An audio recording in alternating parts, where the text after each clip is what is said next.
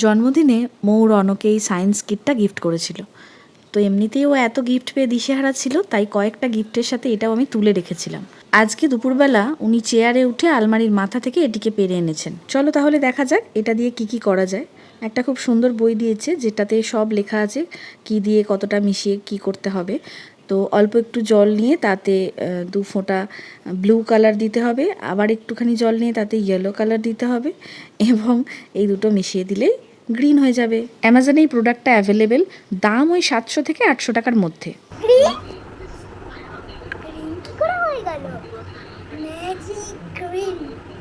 এইবারে অল্প একটু সাদা তেল, মানে যেটা দিয়ে আমরা রান্না করি, সেটা নিয়ে তাতে সব রকম কালার ফোঁটা ফোঁটা ফেলে ভালো করে মিশিয়ে নিতে হবে। কোনটা কতটা কি নিতে হবে সেটার সমস্ত পরিমাপ ওই বইটায় লেখা আছে। তারপরে সেই তেল সহ কালারটা কিছুটা জলের মধ্যে ফেলে দিতে হবে।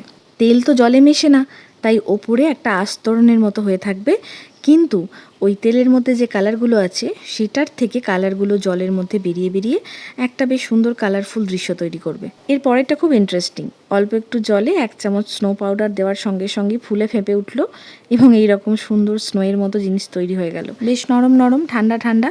এইগুলোই কিন্তু ডাইপারের মধ্যে দেওয়া থাকে, তাই বাচ্চা হিসু করলে ওই ডাইপারটা ফুলে ফেঁপে ওঠে, কারণ এই পাউডারগুলো ওই জলটাকে অ্যাবজর্ব করে নেয়। এরপরেরটা রনর খুব ফেভারিট। অল্প একটু জলে লাল রং আর বেকিং সোডা নিয়ে ভালো করে মিশিয়ে তারপরে আলাদা একটি পাত্রে সাইট্রিক অ্যাসিড গুলে তাতে একটু লিকুইড সোপ দিয়ে সেটাকে ভালো করে মিশিয়ে নিয়ে ওই আগের মিশ্রণটার মধ্যে ঢাললেই এরকম লাভার মতো উঠে আসবে। প্রচুর কিছু আছে এটার মধ্যে, যা একদিনে বা একবারে এক্সপেরিমেন্ট করে ওঠা সম্ভব নয়। যারা সায়েন্সের স্টুডেন্ট তারা তো অলরেডি এইসবগুলো জানো, তবে আমি তো বরাবরই আর্টস নিয়ে পড়েছি, আর রনও তো একেবারেই ছোট, তাই আমাদের দুজনের কাছেই এটা সমান আকর্ষণীয়।